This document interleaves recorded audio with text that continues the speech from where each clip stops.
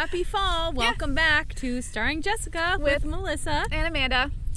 We're here with our Starbucks, our crocheting. She made this blanket. For her birthday. I made this hat and this scarf. I did not make this. This is a Love Your Melon that her husband got for me for Christmas because he treats me like a princess. He treats me better than I think all my ex-boyfriends put together. And you wonder why I'm single. Like, it's true. It's so true. Well, today we're going to be talking about Racing Hearts, which in the last book, if you remember, had a different title. I don't remember what the other one was. Love on the Run? Yes. Love on the Run. I was thinking about that this morning. Yeah. I think, well, let's just start out with the fact that this is a very deceptive cover and title because there are not really any racing hearts in here, so to speak. There's not any, like, hot...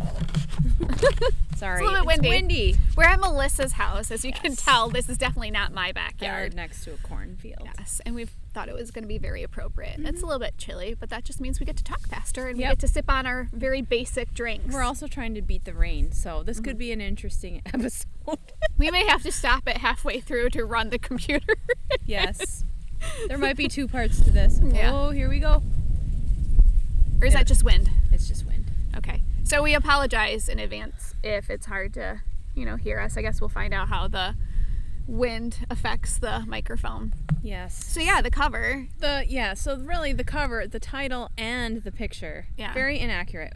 The racing involved. It's not really Racing Hearts. It's racing, literally. I honestly think Love on the Run would have been a better title for it. I agree. I think it would have been a little bit more accurate. I think so too. So this book opens up with Jessica being all frustrated that she can't get into Hollywood, and she wants to go to work. So she decides to go work at her dad's office, and she's picking out a brown business suit because brown is a very professional color. So yeah, that's what she's doing.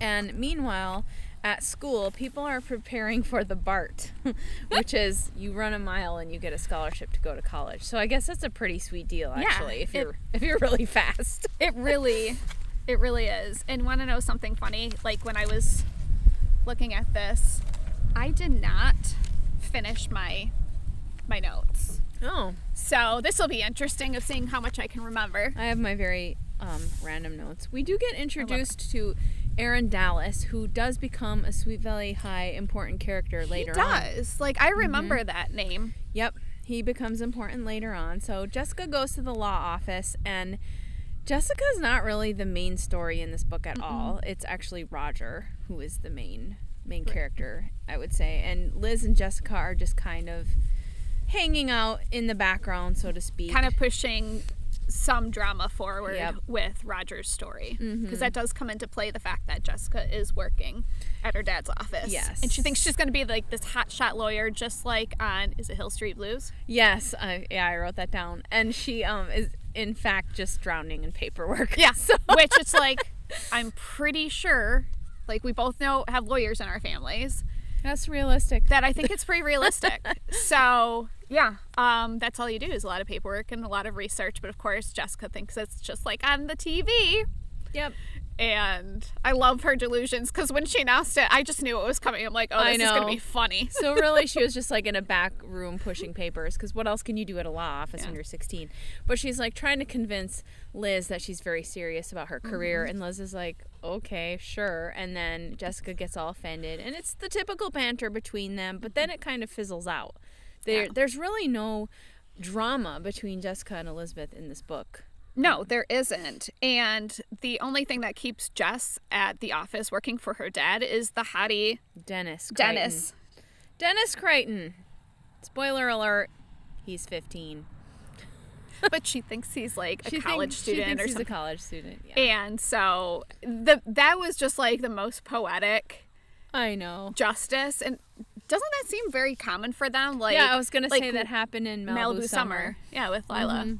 So she's there making out with Dennis at the office and eventually is caught by Liz. And Liz is like, oh, of course, this is really why Jessica wants to go to work. But for Jessica, it kind of fizzles out. So in the meantime, there's a race at school called the BART. And we get introduced to a ton of guys in here, all these track guys, and Todd is going to run it, and Liz is really surprised about it. And Bruce, of course. And Bruce, of course, is like the star, the shoo-in. He's going to be the winner. Well, finally, with he needs the fucking money. I know. Like, really? With some convincing, Roger, who we met in the last book, decides that he's going to go and do it after Lila is like messing with his head and trying to coax him into it. Yeah, she tricks him into running this thing.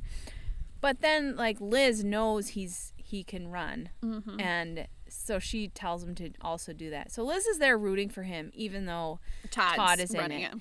And Olivia, wasn't Todd kind of a surprise for her? Yes, he came out during the meet. She didn't know he was going to run it. So they're competing in this, and then also in the background is all these rumors about the track coach, which were kind of delightful because I thought it was really well done in that it was very accurate in how students talk about coaches and teachers. Right. Because it was the rumor of like why, like if he was quitting or something like that. One was he had cancer, one was his heart, and then there was one that he got fired, or there were all kinds of different rumors, and typical school rumor. They ended up all being false. He wasn't actually going to retire, which you find out at the end, but I just thought that was like really authentic of the high school experience. So kudos to I think they did writer. Actually kind of for the writing of this one. I think actually for the next two, I mentioned that as well too. They actually kind of stay true to something realistic, moderately realistic. This felt like high school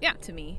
A lot more than some of the other ones. Some of the other ones are like super soap opera style, like Laguna Beach style high school drama, where this is like, I could see this probably even still happening today. Rooting for someone at school. Yeah, totally.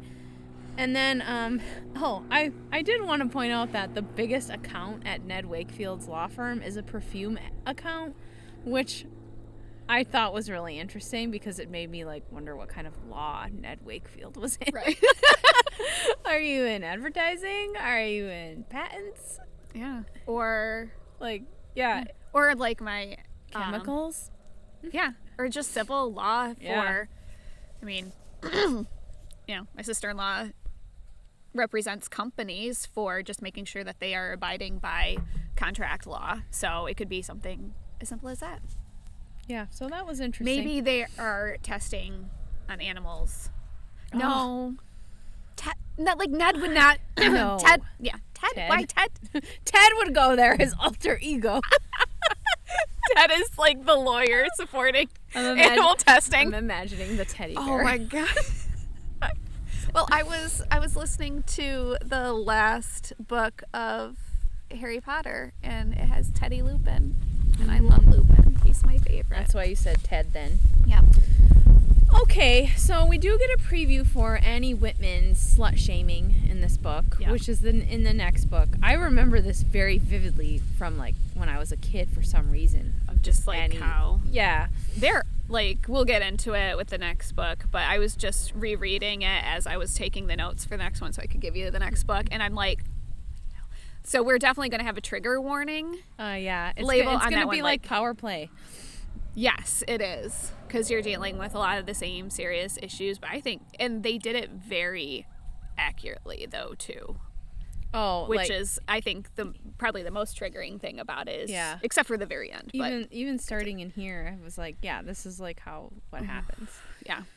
So Roger Barrett, who is a janitor at Ned's office, not Ted's, he has to work constantly. He has like my grad school schedule. He works 3 to 9, and then he works all day Saturdays. So he doesn't have a lot of spare time to be involved in sports. And his boss is a jerk. Like, he is a jerk. He is totally taking advantage of the fact that Roger needs this job and is not allowing him any time off, even if he's sick or anything like that. Like, nothing. So Roger is working really hard, and he's also embarrassed. He can't tell anyone he has a job, which is like so shocking to me because everyone I knew had a job. Yeah. And that was actually kind of a marker of like status, is if you had a job or not, because you didn't have to rely on your parents. If you had a job, you had your own money to go do stuff. Yeah. So it's kind of, we really do get to see the girls like they notice their privilege Yeah, in these next two books. I think that's a perfect way to describe the whole school in general, is you have this, affluent school, and then you have those few students who aren't as well off. So that definitely is a big theme in here, and Roger's really embarrassed about it. Like, there's a lot of description about his clothes, about what he wears. And of course, he has a crush on the richest girl in school. Yes. So, of course, you have that Cinderella story in that regard. Yeah, so he's just so enamored with Lila, and, And she takes advantage of it. And can we just say her stupid nickname for him? She calls him Bugs. Yes. Because he bugs her. She calls him Bugs Bunny.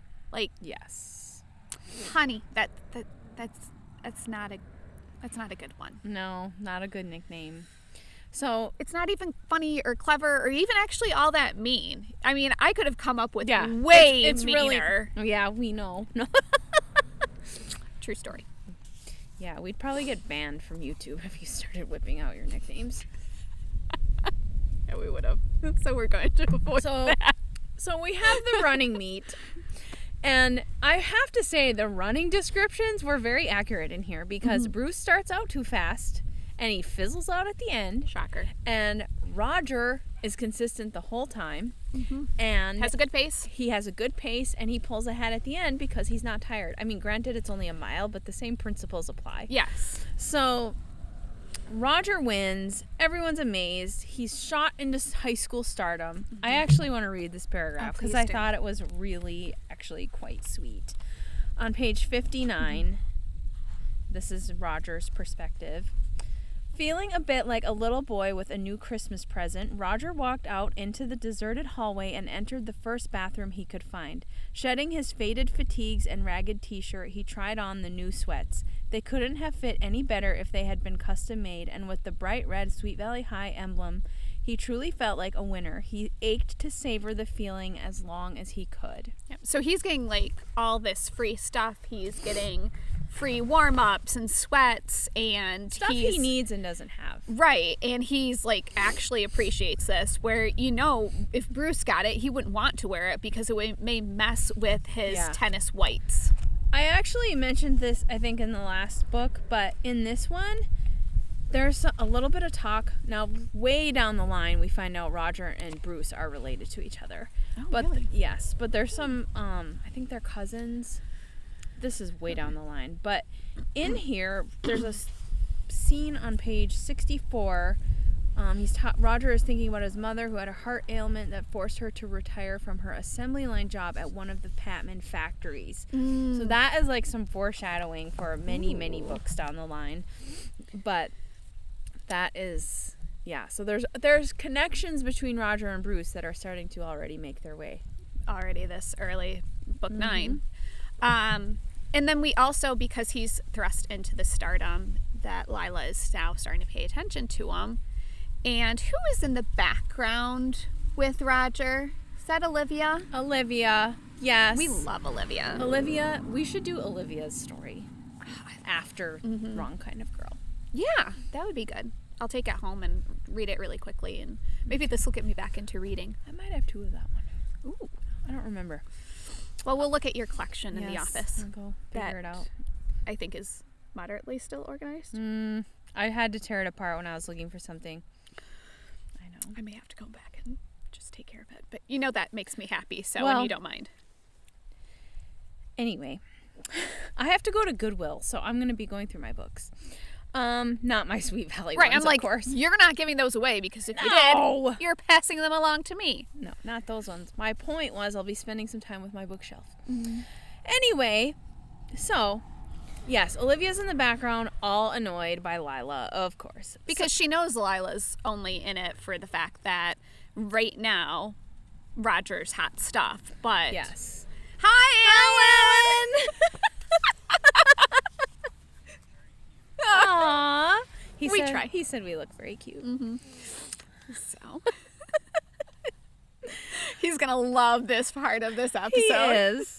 So the race, Sweet Valley has not won the Bart since because it's all the area. They haven't had a person in the BART since 1956, which I did some math, and when this book was published, that was 28 years ago, and now the time from now and this book being published is 36 years.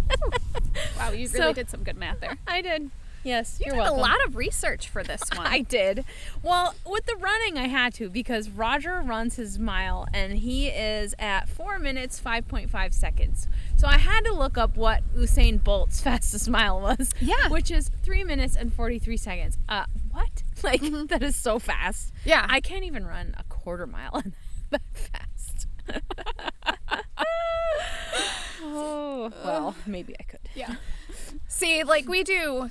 Just to give some background, we actually know a little bit about running since we've run 5Ks, 10Ks, half marathons. You've done the 25K, so have I, and I ran a few marathons. So, like, we're in the running world. We're in the running world. We may not be fast. We look adorable. I just like to wear the cute outfits. Oh, yeah. We have to match. Like, I was even in the Detroit Free Press one time for my adorable running outfit. It's true.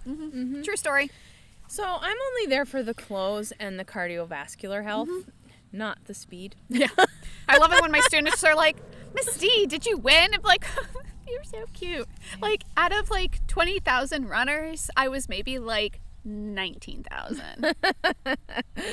Yeah, that's usually me, but whatever. Especially at a Disney race, we're always in the back of the pack and we're like hang out with characters anyway. Yeah. So I just like to get to the end. My foot's asleep. Oh, uh-oh. Okay. Well, so Roger's really fast.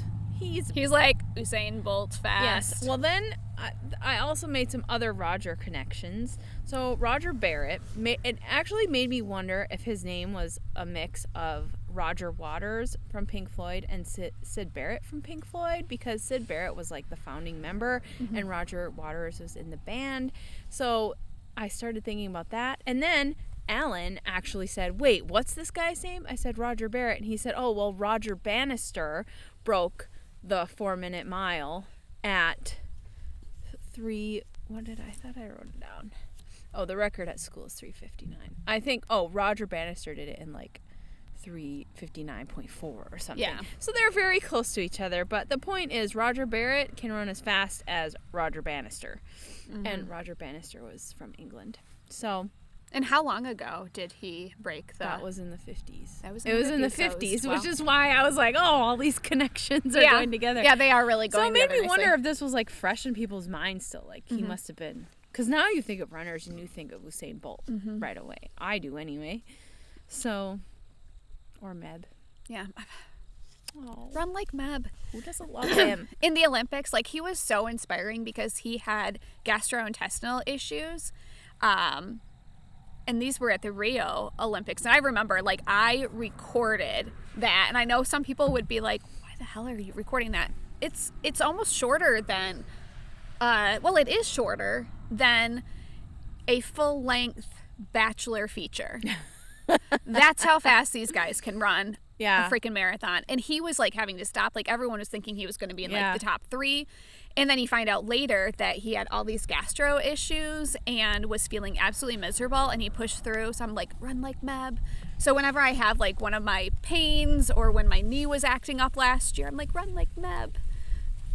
Run like Meb. He's so inspiring. I love him. This is not a good transition, but I have to read Lila's poem. Roger Barrett, a boy so fine. His speedy running is so divine. In school, too, he is very smart.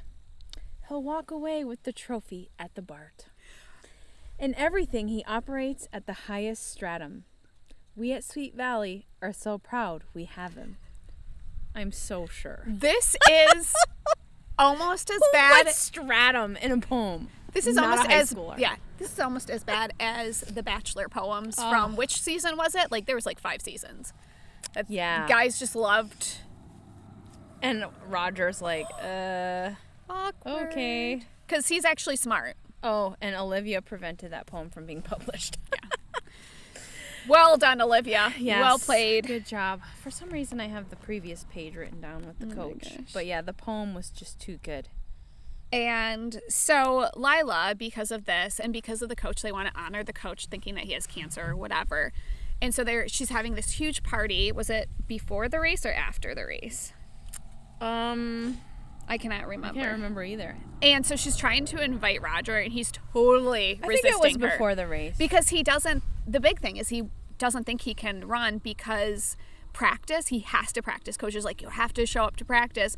And he's like, I have to work. Mm-hmm. This can't happen. So he doesn't think that he's going to run the race. And then he finally talks to Coach, and Coach was very understanding.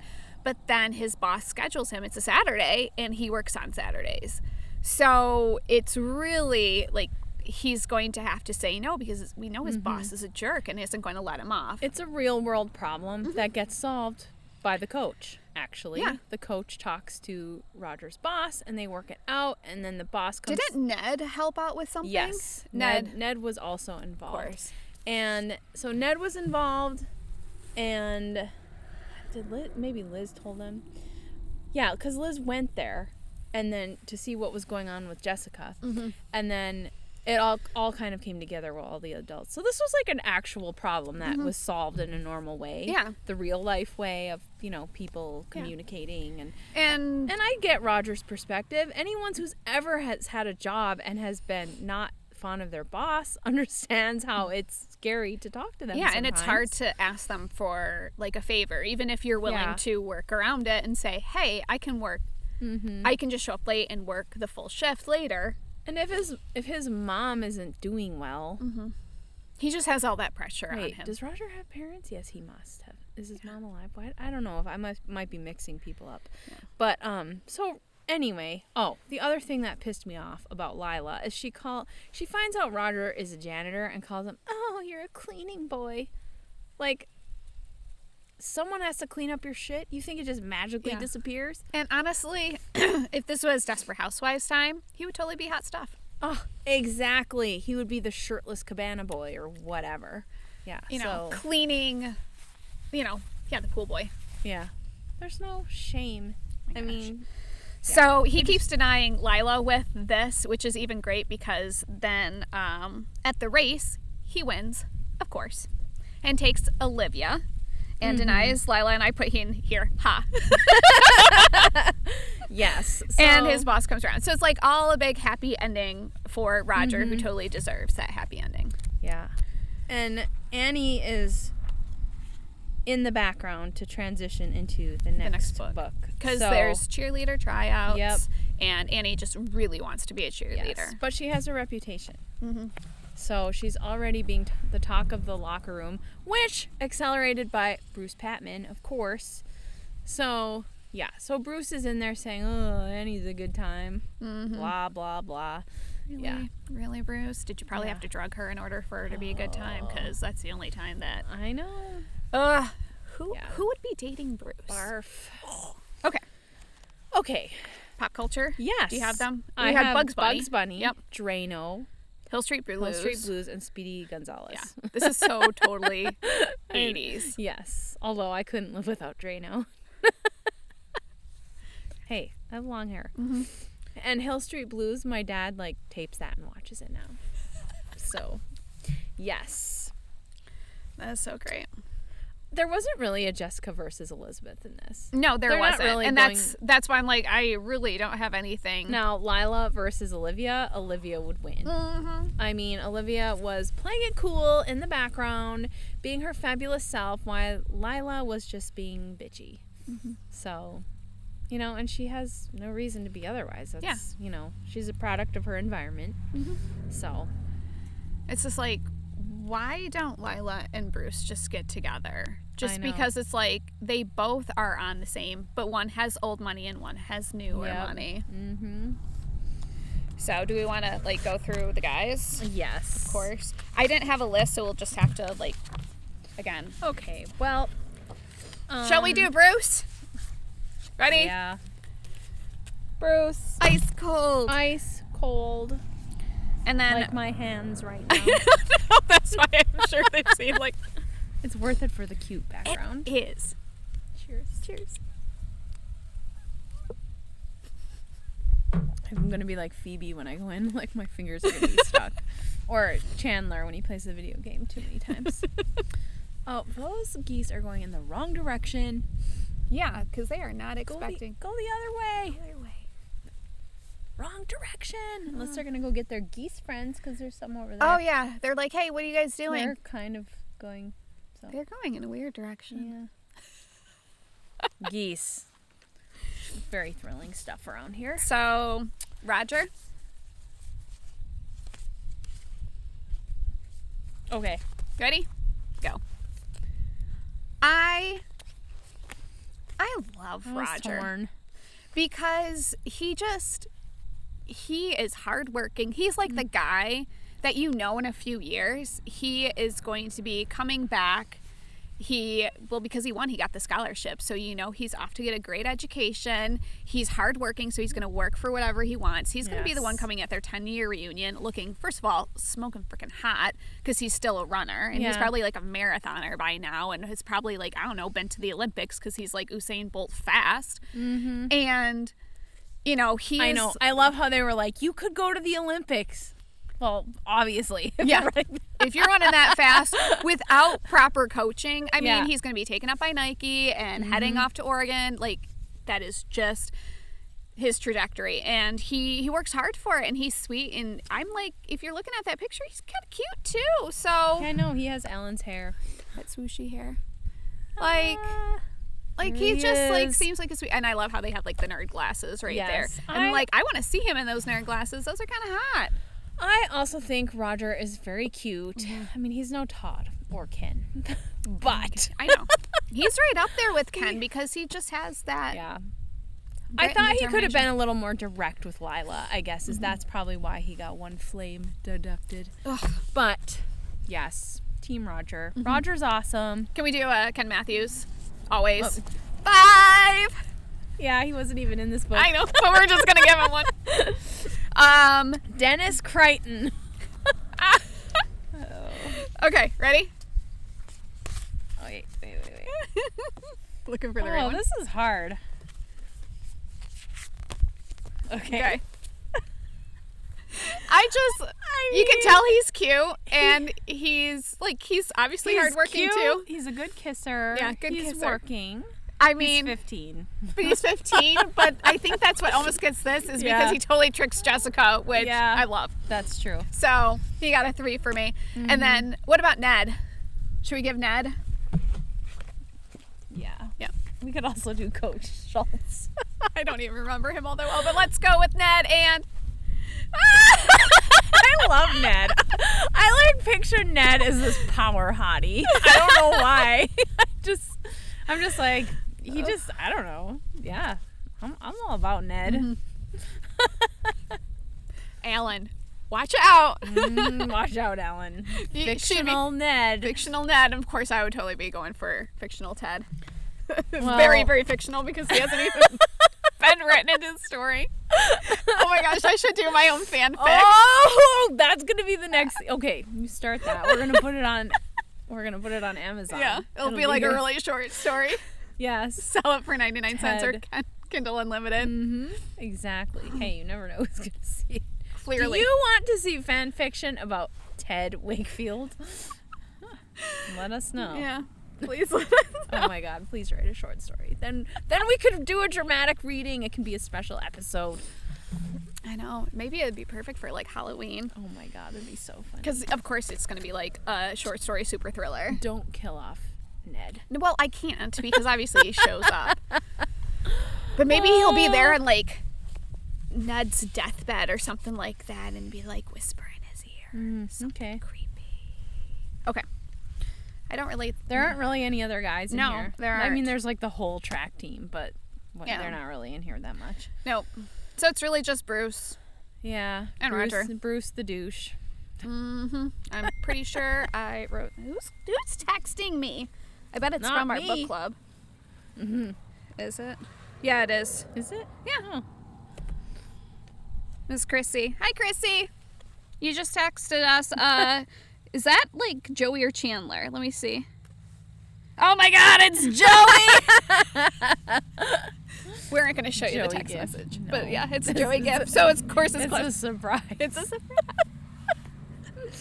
All right. I think that's it. I think so too. So next up is Wrong Kind of Girl, which means we've made it through 10 books after that. I know. Actually, we are through 10 because we did the special edition.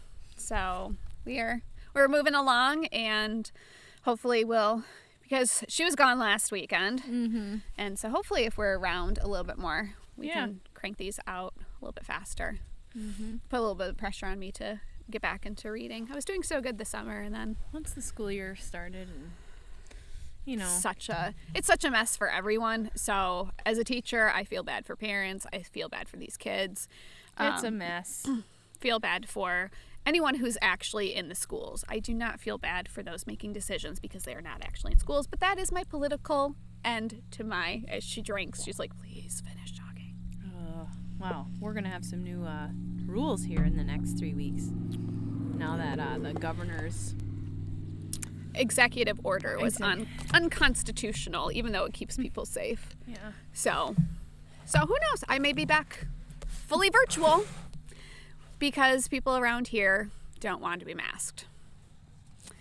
So. Not as bad here as it is further north. True. It's way worse up there. But you can just see the minute that it's going to become a free-for-all. So if anyone else wants to take... Wear your mask, people. Yes, please. Just it's like putting on a sock. Or your underwear. Or a headband. Yeah. Yeah. Or a hat. Okay, maybe not quite that much. Yeah. I can't see through this. Yeah. But still, just mask up. Or you got your neck gaiter. Mm-hmm. Well, I'm not wearing it properly. Yeah. It would have to be up here. But just wear something, or washcloth. Yeah, washcloth will do. Yeah, when our friend had a very desperate time, she had to go into the grocery store and she just put a washcloth over. And it was a dirty gym washcloth. Ooh. And she did it. Yep, she did it. For the greater good of the people. Mm-hmm. So just do what it takes, and so that will just slow the spread. It's not going to eliminate it. It's getting very lecture-y, isn't I it? know, but Sorry. Think about the grocery girls. They do this all the time too. Yeah, so that's true. We have to use our platform of 20 followers to just tell the world and just letting people know this is going to be a long haul. It is. But if you are masked, it just makes it go by so much smoother, and then it's an easier transition. So. And some people really can't wear masks. Mm-hmm. We have to wear them for those people. Yeah.